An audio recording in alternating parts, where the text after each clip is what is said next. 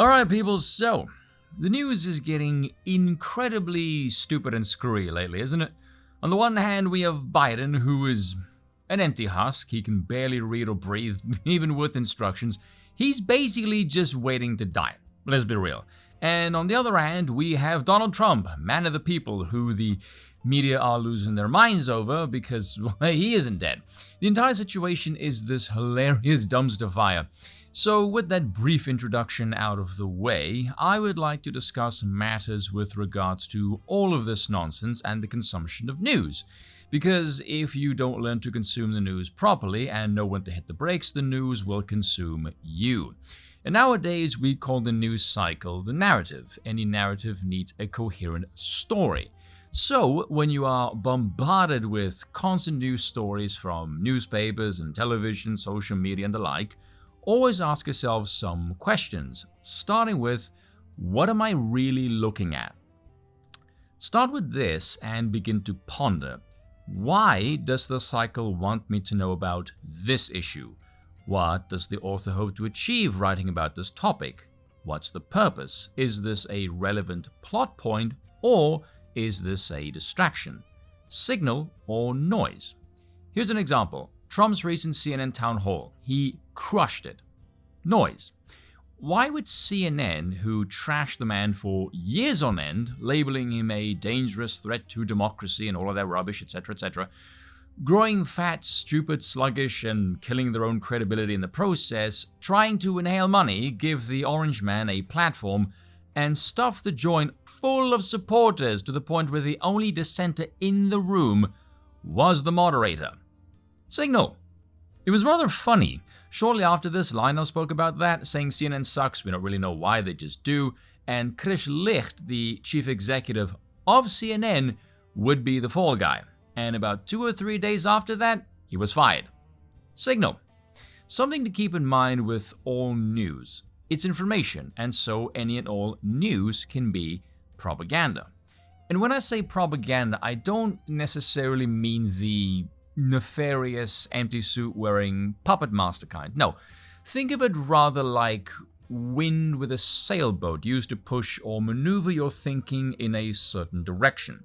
And when I say information, it doesn't exclusively pertain to the domain of facts either. Information is anything that can appeal to the senses and make one feel in a certain direction. Think of the old quote, if you don't read the newspapers, you're uninformed. If you do read it, you're misinformed. Very interesting quote. The implication being, if you do pay attention to the newspapers, you would in fact not be factually better off. Which would leave us to ask then, what is the purpose of the news if not to inform? Simple. The function of the news then is not to inform, but rather to influence. It exists to create and shape public opinion. And if its goal is to influence, the information the machine will peddle does not need to be factually accurate or hell even honest, especially if those tactics of persuasion are not particularly adept at influencing.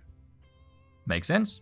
And if influence is the name of the game and you wish to play this game effectively, you are going to need to use a vast array of tools to propagandize because people don't all consume information from the same source, nor does a particular one dominate in the art of swaying the hearts and minds of men, classical rule. Now following that, let's go a little bit deeper.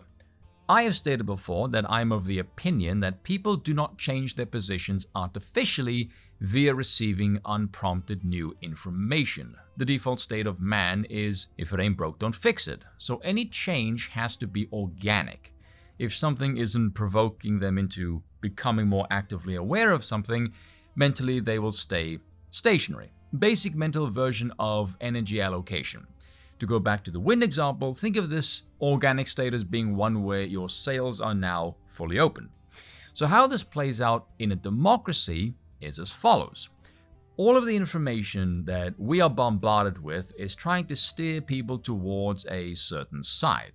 And once they're locked in, that's it. Satiated by the fact they have a political home and this feeling of belonging or fighting for the greater good, whatever form this happens to take, they will become no wiser than monkeys stuck in a loop. you've captured them and isolated their thinking to a certain time and or ideological framework, one completely controlled by the elements of the regime.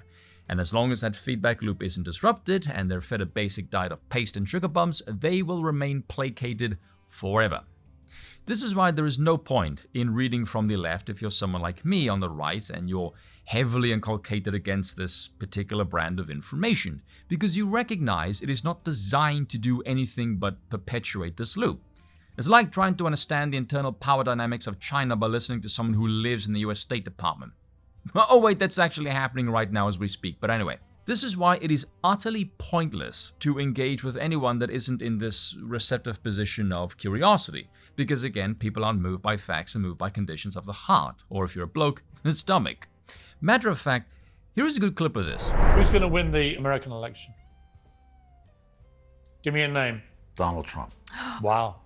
So Wow. We can ignore all the cases, we can ignore the indictments, we can ignore the sexual assaults. We can ignore the fact he's going to potentially be. He wasn't making a judgment. He just said he thinks he's going to win. I'm not even saying that I'm for it, but I will tell you, Yeah. if I was Mr. Trump, and Mr. Biden, I think, is an ethical man, and so on. I call both Mr. Out of respect.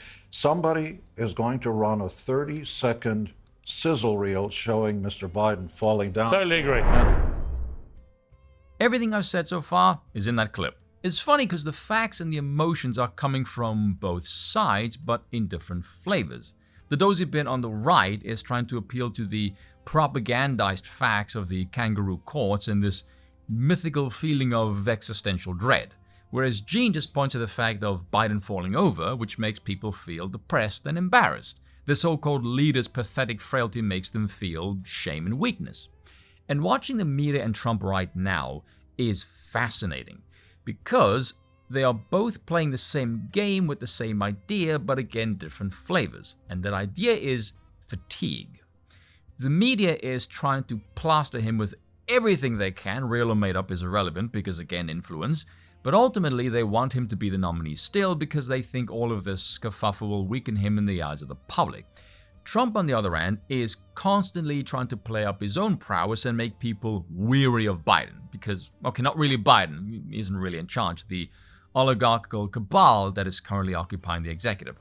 Polling-wise, Trump seems to be winning, though whether this is due to the media's incompetence or Biden, who really knows. I don't think it matters either way, really, because 2024 is going to be decided by ballot harvesting and not voter enthusiasm.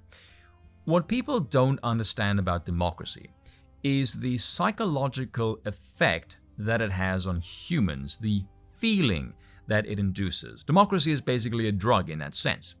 To quote a wise man, people don't want the thing, they want the feeling of the thing. Democracy facilitates this feeling of power. When you vote, you get this feeling of mattering, this ephemeral feeling of exercising power, however atomized it might be. And when people are confronted with the idea of having their vote removed, the reaction is, you are taking away my power, and the crowd will be slightly less wise with my voice absent, and therefore I will be governed worse. When you're someone like me, a monarchist for example, and you're trying to explain this phenomenon to people, they can't even understand. Or I would say a lot of people do, but refuse to accept the reality because the truth is very uncomfortable. It's enormously disorientating. The purpose of this is to grapple with where does the system go wrong and what can be done to usher in something totally absent from the democratic regime. Competent and effective governance. And if the current model is defective, scrap it. I've said previously the monarchical mind is wired like an engineer. It's a lot easier to take a deeper dive into this particular perspective once you let go of the abstract myth of what democracy purports to be as theorized and instead focus on its endlessly visible flaws in practice. And by the way, this exact same dynamic plays out with the feminists and abortion. Even though they're all gross, will never get laid, hate men, and will more than likely smell of cat piss and perfume. But anyway, the sane thinks you're irresponsible and you're unfit to wield this kind of power. But feminists, being disgustingly self-centered and power-hungry, think, you are taking away my power, and I would rather raise the place to the ground and cede an inch of power to the likes of you. This is why it is so incredibly difficult to have this kind of conversation with people who are not prepared for it. Because in essence, you're telling them they're hopelessly high and you're here to take their drugs. Again, people don't want the thing, they want the feeling of the thing. So with the mythical theory of democracy, you want people to have an actual say in how their government is run. You believe in this myth of the wisdom of crowds. So you believe the masses can be educated about their decisions, educated by whom I don't know, but we'll get past that one for a moment, and you expect them to take an active and informed interest in the political process in a manner that is both fair and will produce competent and effective government. Even though in reality, most people are apathetic, they have no interest at all, let alone know what they actually want or what effective government even looks like. So you'll end up with conflicting views because you have sides. You delegate your power to an elected representative whom you expect to act benevolently on your behalf, but they will still ultimately disagree with those in government, as is the nature of democracy. But who cares, because they are to be smashed, even though other voters expect the same thing from their representative, same as yours. You want them to be accountable, even though after you delegate your power to them, there is nothing you can do short of voting them out, which leaves them with very little incentive, if any at all, to do what you want, considering it wasn't your vote that put them there in the first place, as money is what is corrupting this process and why there is absolutely no accountability whatsoever. Ask yourself honestly, does that remotely even sound sane, let alone achievable? The honest answer is no. And as a content creator, it's probably not a smart idea to end with this, but I would be dishonest if I didn't. With regards to your capacity to interact with this Orwellian atomized theater that we call democracy, try and wrap your head around this. You are one person, and your vote, whether you're someone who lives and breathes politics or you voted for someone just because you like the cut of their jib, your vote carries the same value either way. And bar getting other people to vote in the same direction as you, once you've participated in the process via your vote, there is nothing you can do to influence anything. Which means any effort you take to become more informed is ultimately a giant waste of your time. Again, enormously disorientating. Personally, I find it rather liberating. Cheers.